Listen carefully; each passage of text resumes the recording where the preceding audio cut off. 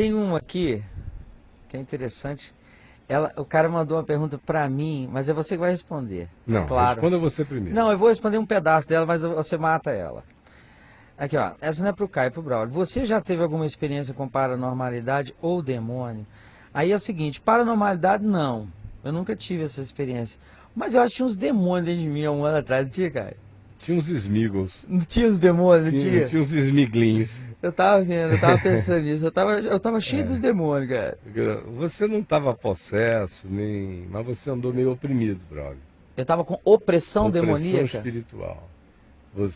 Quando você chegou aqui de volta, porque primeiro você andou lá pelo caminho, aí eu deu saí aquela... Fez uma esquina do mundo longa. Fiz a esquerda do mundo. Aí foi nesse período que você entrou na pior bagaça. É. Né? Foi quando eu comecei a sentir a tua falta, mandei atrás de ti, você Exatamente. apareceu. Quando você chegou aqui, antes de você me contar qualquer coisa, a tua respiração era de uma ofegância draconiana. Exatamente.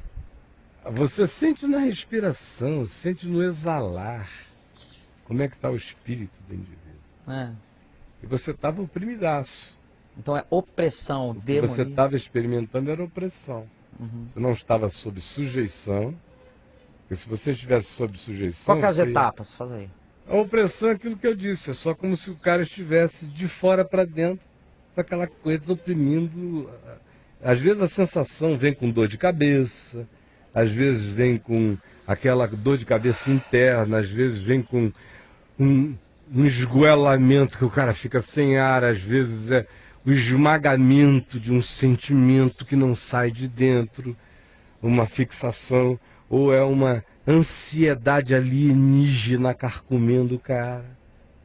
Enfim, tem vários sintomas de opressão espiritual. Opressão, tá. Mas é uma sensação que não tira de você as faculdades mentais, nem a autodeterminação. No máximo te exaspera na direção do mal.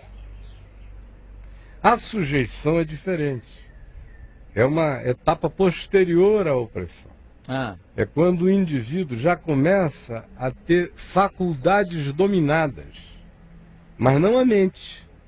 É como no início do documentário, a mulher começou a falar, mas ela mesma ouvia.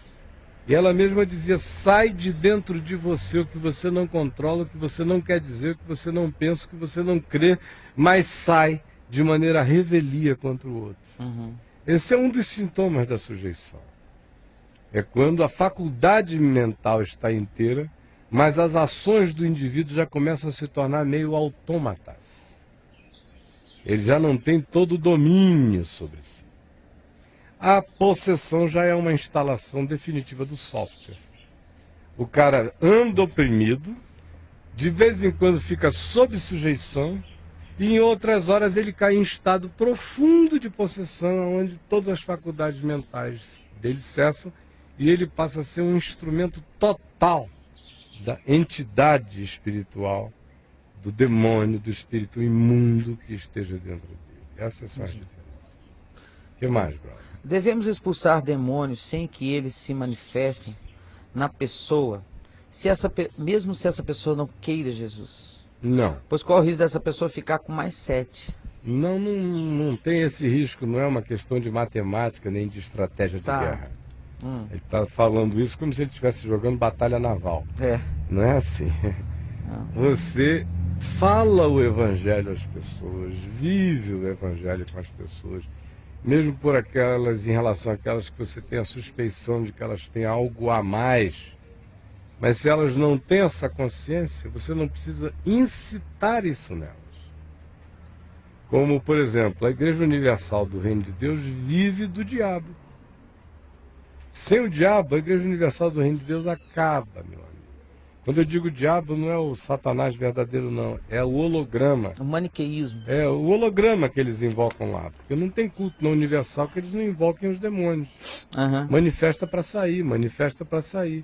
Porque tem que ter o show da pirotecnia daqueles demônios que não são demônios, são psiquismos de sugestão e de medo.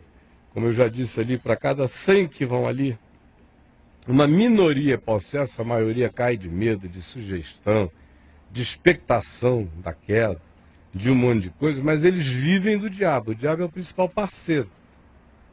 O diabo diz, olha, eu vendo calamidades e vocês ofereçam soluções. Mas é uma parceria, uma franquia bem sucedida. É um case de sucesso no planeta Terra.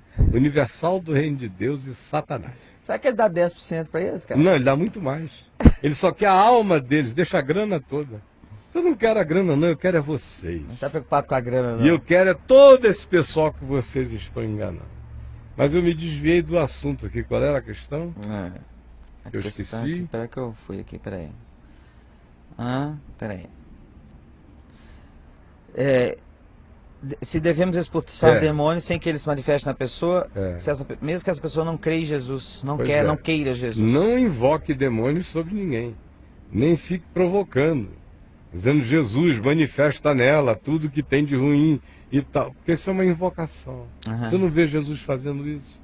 Você vê Jesus botando a mão de alguém e dizendo para algum demônio que não tinha se manifestado sair? Você vê aquele caso lá em Lucas 18, acho que é 18, se não for 14, é 18, da mulher envergada na sinagoga, que Jesus olhou de cima e viu que ela estava possessa de um espírito maligno e mandou a mulher endireitar-se. Disse, pode endireitar-se. Assim. E ela, na mesma hora. Na hora. Foi uma celeuma na sinagoga, que era sábado. Um dia de sábado nem demônio podia ser expulso na sinagoga, porque era trabalho demais. Não pode trabalhar, sabe? Não.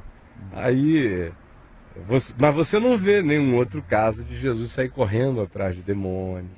Os demônios eram levados aí. Ou ele ia passando, os bichos não aguentavam e gritavam.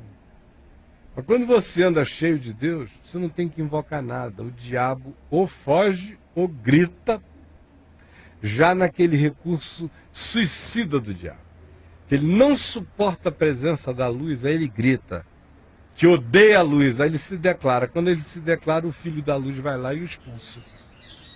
Há outros casos que basta a presença da palavra, que já vai afugentando tudo. Quanto mais luz você é no Senhor, menos demônios se manifestam.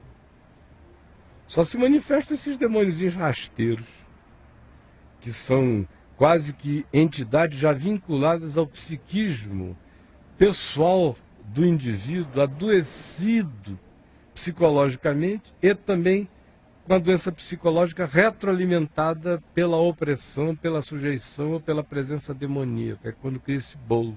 Esses se manifestam quando você passa.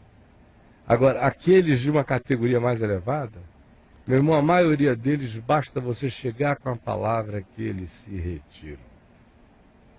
Eles não são tão compulsivos como esses espíritos imundos de castas menores, que são de um infantilismo diabólico extraordinário. Satanás habita num plano de muito mais inteligência. O mundo espiritual está dividido em muitas castas, assim como o mundo celestial tem principados, potestades, poderes. O mundo espiritual tem as suas camadas e dimensões de equivalência. O que mais?